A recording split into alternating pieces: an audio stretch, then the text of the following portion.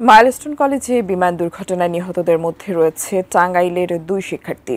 এদের মধ্যে অষ্টম শ্রেণীর ছাত্র তানভীর হোসেনের বাড়ি মির্জাপুর এবং তৃতীয় শ্রেণীর ছাত্রী হুমায়রার বাড়ি সখীপুর।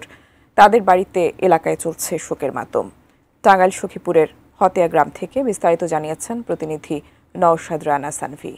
গতকাল যে মাইলস্টোন যে বিমান দুর্ঘটনাটি ঘটেছে, সেনাবাহিনীর পক্ষ থেকে সর্বশেষ যে তথ্য জানানো হয়েছে, সকাল পর্যন্ত কিন্তু 20 জন নিহতর খবর জানানো হয়েছে। টাঙ্গাইলে কিন্তু 2 জন শিক্ষার্থী নিহত হয়েছে। একজন মির্জাপুরের অষ্টম শ্রেণীর শিক্ষার্থী তানভীর, এছাড়াও কিন্তু হুমায়রা সখীপুর উপজেলা হতিয়া গ্রামের।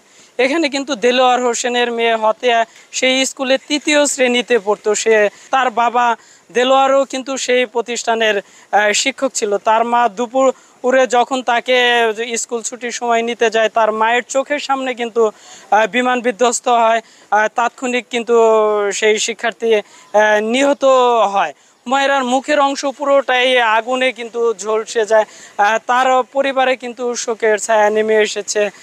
আহাজারি। তার বাবা বারবার চিৎকার করে বলছে যে তার মেয়ে ডালিম পছন্দ করতো, তার জন্য বাড়িতেও কিন্তু ডালিম গাছ লাগিয়েছে। এছাড়াও তার স্বপ্ন ছিল তার একমাত্র মেয়েকে ডাক্তার অথবা ইঞ্জিনিয়ার বানাবে।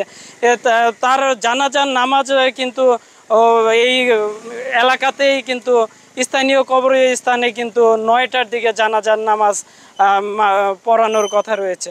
টাঙ্গাইল সখীপুর থেকে এই ছিল আমার কাছে সর্বশেষ।